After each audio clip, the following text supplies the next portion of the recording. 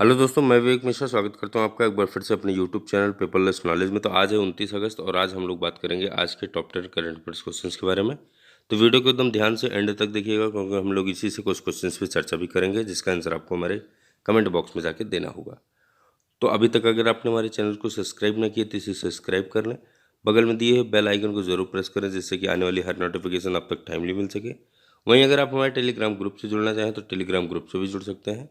इसका लिंक हमने अपने डिस्क्रिप्शन बॉक्स में दे रखा है, वहाँ से जाके आप डेली की डेली PDF फाइल डाउनलोड कर सकते हैं। चलिए बात करते हैं आज के क्वेश्चंस की। तो आज का पहला क्वेश्चन है, तो यहाँ पे आपसे कल पहला क्वेश्चन जो पूछा गया था कि international military and technical forum 2020 किस देश में आयोजित किया गया। 4 देशों के यहाँ पे आपके नाम दिए गए हैं, उनमें जो सही आंसर था वो है ऑप्शन ए, रूस। तो आपको बता दें, थोड़ा सा हम लोग चर्चा करेंगे international military and technical forum के बारे में। तो आंसर तो आपका रूस है यहाँ पे। इसके बारे में थोड़ा सा बता दें आपको, तो आर्मी 2020 का जो रूस के मास्को में शुभारंभ किया गया था, नोट कर लीजिएगा। और यह फोरम का 6ठा संस्करण है और रूसी रक्षा मंत्रालय द्वारा इसे आयोजित किया गया था। ठीक। अब फोरम में सचिव रक्षा उत्पादन राजकुमार और भारतीय राजदूत DV वेंकटेश वर्मा द्वारा भारतीय मंडप का उद्घाटन किया गया, जिसमें आपका 70 से अधिक राष्ट्र शामिल हुए थे, जिनमें 730 रूसी हथियार और उपकरण प्रदर्शित किए गए। और वहीं आपको बता दें कि आर्मी 2020 29 अगस्त तक आयोजित किया जाएगा, मतलब अभी ये किया नहीं गया है। ये जो है, जो इसका शुभारंभ किया जाएगा वो 29 अगस्त तक किया जाएगा। इसका अभी तक आयोजन ही किया गया है, मतलब इसे इसकी प्लानिंग ही की गई है कि ये कहाँ किया जाना है। दूसरा क्वेश्चन आपसे पूछा गया था, किस राज्य द्वारा NRI एकीकृत पोर्टल लॉन्च किया गया। तो यहाँ पर राज्य की बात की गई है, तो इसमें जो सही आंसर होगा वो है आपका ऑप्शन बी, उत्तर प्रदेश। तो उत्तर प्रदेश यहाँ पे आपका ऑप्शन बी सही है आंसर। इसके बारे में थोड़ा सा बता दें आपको, तो यह पोर्टल केवल राज्य में निवेश बढ़ाने में मदद करेगा और विदेश जाने में इच्छुक लोगों को एक अवसर भी प्रदान करेगा। यह विदेश में रहने वाले भारतीयों और NRI को स्थानीय प्रशासन या राज्य सरकार के साथ उनकी समस्याओं के समाधान में सहायक होगा और यह NRI को उनके मूल स्थान के बारे में जानने या उत्तर प्रदेश सरकार से मदद मांगने के लिए एक मंच प्रदान करेगा। नेक्स्ट क्वेश्चन पे चलेंगे। नेक्स्ट क्वेश्चन है हमारा, हाल ही में वर्ष 2020 का इंटरनेशनल बुकर पुरस्कार किसने जीता। 4 ऑप्शन यहाँ पे आपके दिए गए हैं, इनमें जो सही आंसर है वो है ऑप्शन सी, मैरिके लुकास। तो आपको बता दें कि डच लेखक मैरिके लुकास, इनका पूरा नाम मैरिके लुकास रजनेवल्ड है। तो इन्होंने अभी हाल ही में अपने पहले उपन्यास डिस्कम्फर्ट ऑफ इवनिंग के लिए अंतर्राष्ट्रीय बुकर पुरस्कार 2020 जीता है और इसके साथ ही रेजनेवल्ड 29 साल की उम्र में पुरस्कार जीतने के लिए सबसे कम उम्र की लेखिका बन गई हैं। यह खिताब ग्रामीण नीदरलैंड के एक कट्टर ईसाई समुदाय के एक किसान परिवार की कहानी है, जिसमें उनका भाई एक दुर्घटना में मृत्यु हो गई है और वह सोचती है कि काश उसके भाई की जगह उसकी मौत हो जाती। इस पुस्तक को पहली बार डच में 2018 में प्रकाशित किया गया, जिसका अंग्रेजी में अनुवाद मिशेल हचिसन द्वारा किया गया था। इस पुरस्कार के तहत $66,000 का पुरस्कार दोनों को बराबर पहचान देने के लिए लेखक और अनुवादक के बीच समान रूप से विभाजित किया जाएगा। वहीं आपको बता दें कि अंतर्राष्ट्रीय बुकर पुरस्कार के बारे में आपको थोड़ा सा हम बता दें, यह पुरस्कार हर साल किसी भी भाषा के काल्पनिक कथा उपन्यास को दिया जाता है जिसका अनुवाद अंग्रेजी में हुआ है और प्रकाशन ब्रिटेन अथवा आयरलैंड में हुआ हो। इस पुरस्कार का उद्देश्य दुनिया भर में गुणवत्ता कथा साहित्य के प्रकाशन और पढ़ने को प्रोत्साहित करना है और अनुवादकों को काम को बढ़ावा देना है। उपन्यास और लघु कथा जो संग्रह इस पुरस्कार के पात्र होते हैं और बुकर पुरस्कार क्रैंस कार्ट ए चैरिटेबल फाउंडेशन द्वारा प्रायोजित किया जाता है। नेक्स्ट क्वेश्चन पे चलेंगे। नेक्स्ट क्वेश्चन है हमारा, केंद्र सरकार ने क्षेत्रीय संपर्क योजना यानी उड़ान स्कीम के चौथे चरण में कितने हवाई मार्गों के आवंटन को मंजूरी दी है। 4 यहाँ पे ऑप्शन आपके दिए गए हैं, इनमें जो सही आंसर है वो है ऑप्शन ए, 78। तो आपको बता दें कि केंद्रीय नागरिक उड्डयन मंत्री ने अभी हाल ही में घोषणा की है कि क्षेत्रीय कनेक्टिविटी योजना के तहत चौथे बैच के तहत कुल 78 अतिरिक्त मार्गों को मंजूरी दी है और उड़ान 4.0 के रूप में नामित वायु संचालन का नया सेट 18 अनारक्षित हवाई अड्डों को दिल्ली, कोलकाता, कोच्चि जैसे मेट्रो शहरों से जोड़ता है। इसके साथ ही स्वीकृत मार्गों की संख्या कुल बढ़ाकर 766 कर दी गई। वहीं आपको बता दें कि जैसे कि अभी हमने बताया आपको कि स्कीम के चौथे चरण में ये हवाई अड्डों का आवंटन है जो कि 78 हुई है, ठीक है।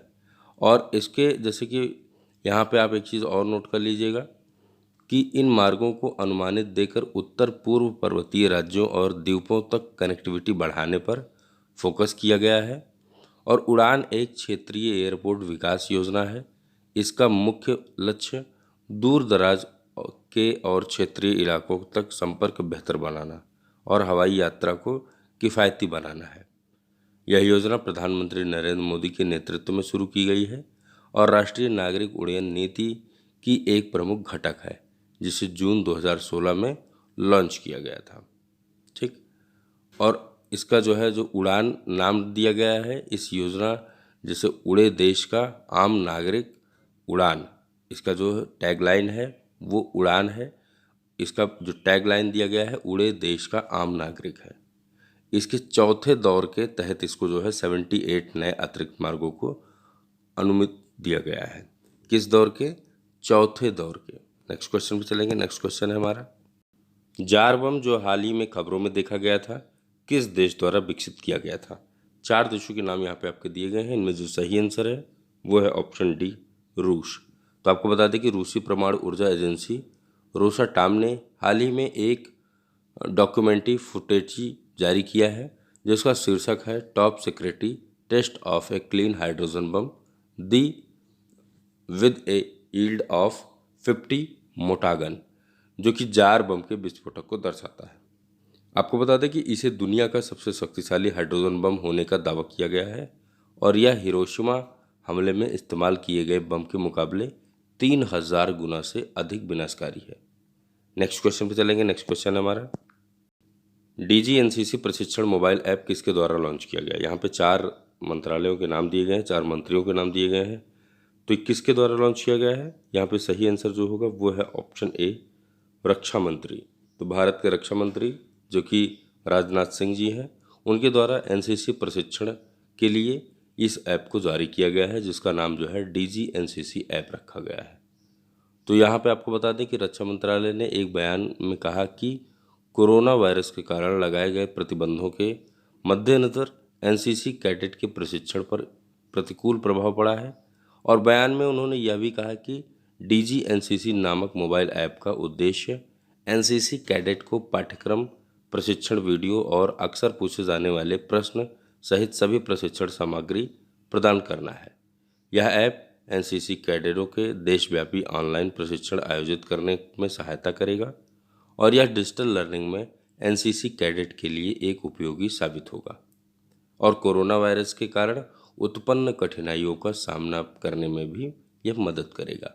तो आपको एक बार फिर से बता दें कि रक्षा मंत्री राजनाथ सिंह ने NCC प्रशिक्षण के लिए DGNCC ऐप को जारी किया है, ठीक। तो यहाँ पे सही आंसर होगा आपका ऑप्शन ए, रक्षा मंत्री।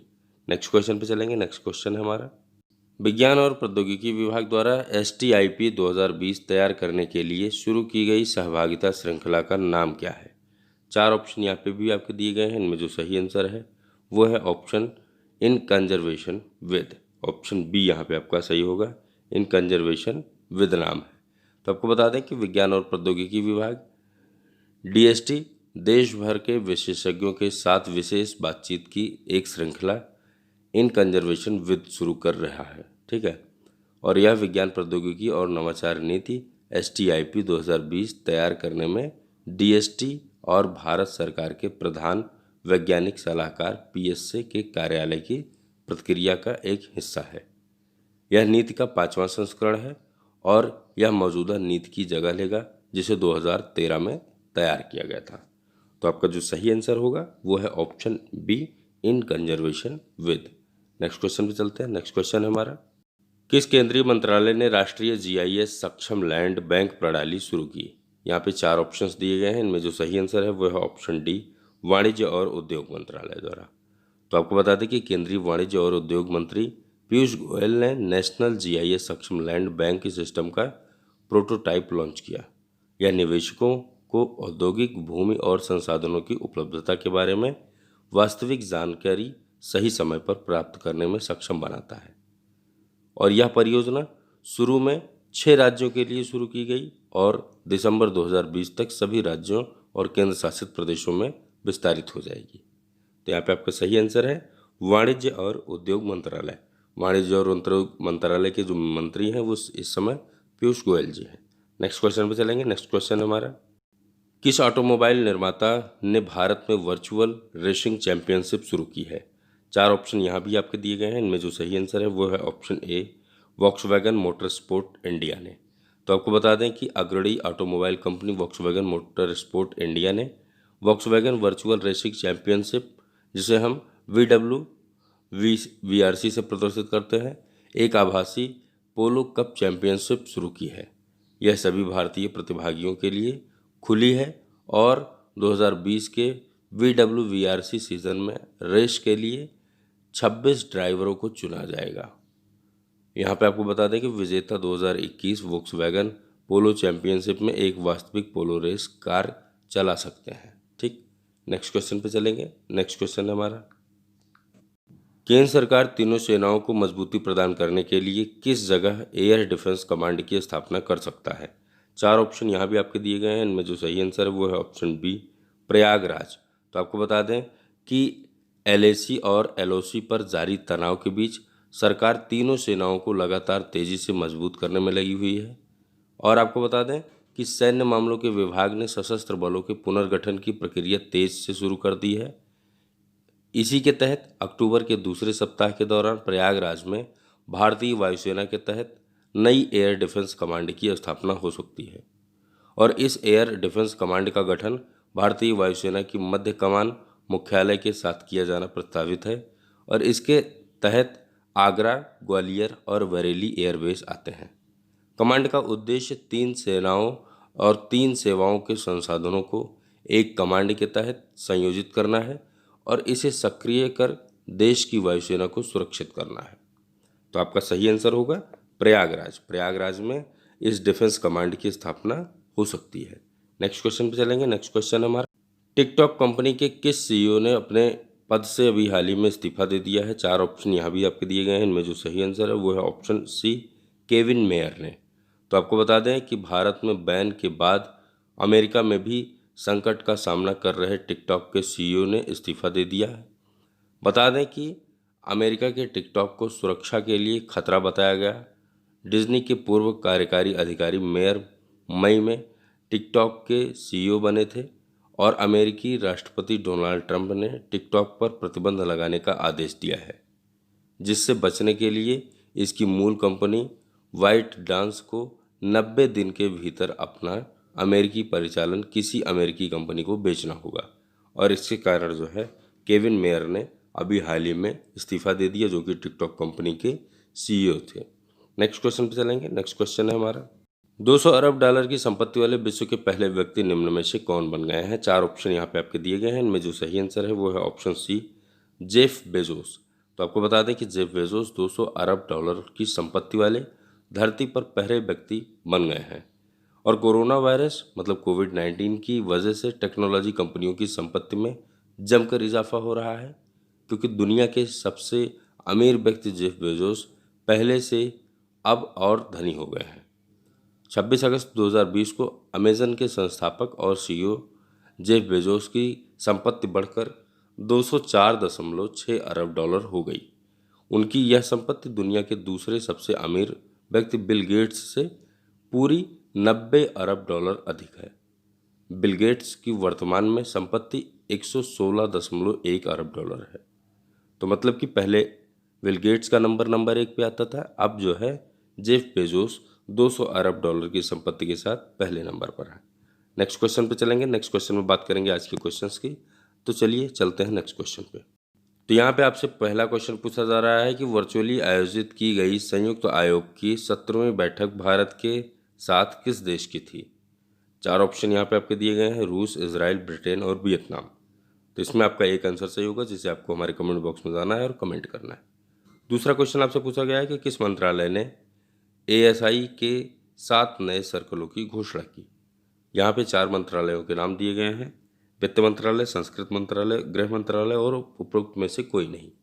तो इसमें भी आपका एक आंसर सही होगा। आपको हमारे कमेंट बॉक्स में जाना है और कमेंट में अपना आंसर टाइप करना है। तो दोनों क्वेश्चन का आंसर आपको हमारे कमेंट बॉक्स में जाकर कमेंट करना है और अपनी राय देना है। तो दोस्तों, आज की वीडियो में इतना ही। अगर वीडियो अच्छी लगी हो तो इसे लाइक करिए, शेयर करिए, अपने दोस्तों के साथ साझा करिए। तो आज की वीडियो में इतना ही। नेक्स्ट क्वेश्चन में मिलेंगे, नेक्स्ट वीडियो में मिलेंगे। तब तक के लिए इजाज़त दीजिए। धन्यवाद। जय श्री राम।